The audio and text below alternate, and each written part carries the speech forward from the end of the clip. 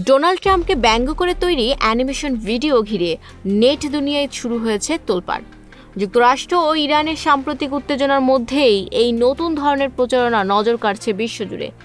Logo চরিত্রের আদলে তৈরি এসব ভিডিওতে ট্রাম্পকে কৌতুক ও ব্যঙ্গের মাধ্যমে উপস্থাপন করা হচ্ছে।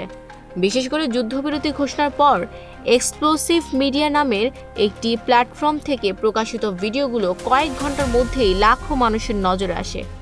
বিশেষজ্ঞদের মতে এটি শুধু বিনোদন নয়, বরং আধুনিক ডিজিটাল যুদ্ধের একটি নতুন রূপ। কৃত্রিম বুদ্ধিমত্তা বা এআই প্রযুক্তি ব্যবহার করে খুব অল্প সময়ের মধ্যে এসব ভিডিও তৈরি করা হচ্ছে। যুদ্ধক্ষেত্রে কোনো ঘটনা ঘটার পরপরই সেই বিষয়কে কেন্দ্র করে তৈরি হচ্ছে উচ্চমানের সফটওয়্যার, যা আগে এত দ্রুত সম্ভব ছিল না। ডেভিড গিলবার্ট, যিনি অনলাইন অপপ্রচার ও চরমপন্থা নিয়ে কাজ করেন, বলেন এটি এক নতুন ধরনের অনলাইন যুদ্ধ, যেখানে বিশ্বের বিভিন্ন প্রান্তের তরুণ অ্যাক্টিভিস্টরা এআই ব্যবহার করে তীক্ষ্ণ ব্যঙ্গাত্মক কন্টেন্ট তৈরি করছে।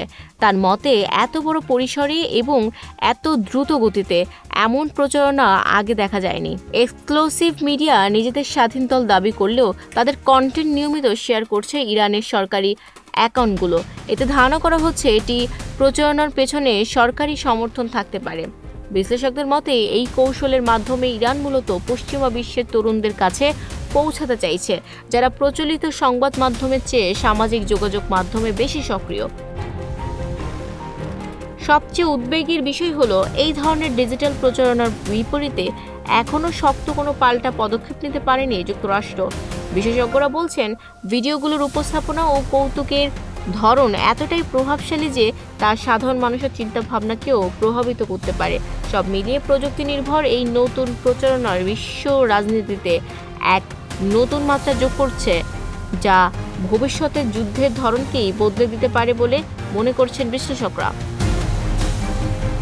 Desk report, news flash 71।